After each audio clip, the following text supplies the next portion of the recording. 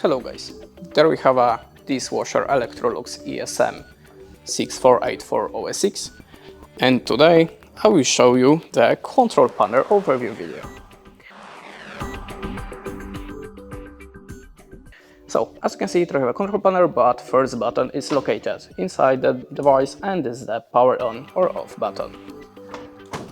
Now the P, it's a program button. This panel, it's program indicators. There we have a small display with the time, there we have a delay button, and there we have additional options. There is located indicators, and the button number 8, it's a start program. And that's it. Thanks for watching, leave us a like or a comment, and goodbye.